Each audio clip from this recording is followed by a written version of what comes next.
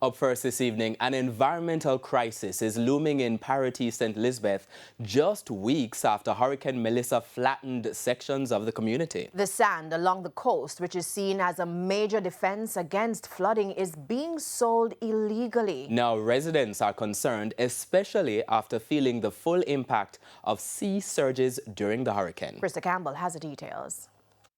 Trapped between a pond and the Caribbean Sea, residents of Parity in St. Elizabeth have not yet recovered from the devastating floods of Hurricane Melissa before being faced with the threat of another. Now, the hurricane dumped loads of sand into homes, onto streets, and virtually all over the seaside community.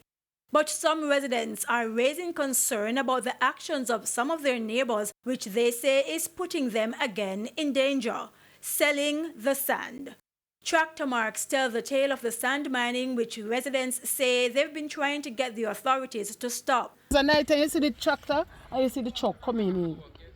When I call for the police, someone say there's no unit, no police there to come in, van to come in. And couple days after you see how much van all pass here and nothing.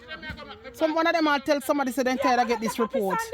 And then still not come in, can't do nothing about it. And I want somebody to go down on everybody. And me want my grandpitney if come inherit what me have. Me don't want to take what from me.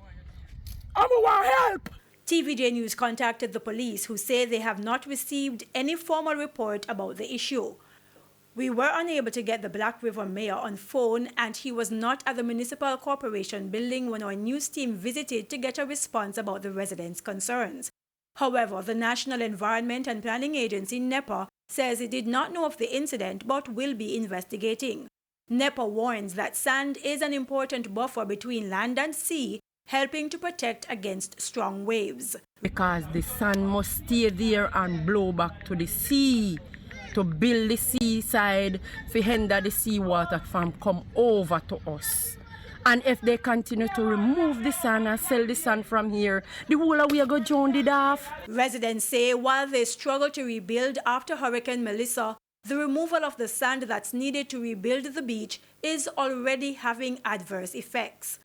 The sea coming across the road, meeting with the pan. As you can see, as you start dig, that seawater and pan water. As you dig water come.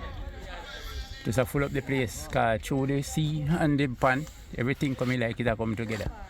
So we want to know, we want the pan to break. We want them to break the land down there. So. But the man they take out the sand from the seaside too. We wash up. So really for fact now we want the pan to break to go back to the sea. That we can get some more peace because the water overflow. NEPA notes that under the Mining Act, persons can be charged up to $1 million or imprisoned for illegal sand mining. Krista Campbell, TVJ News.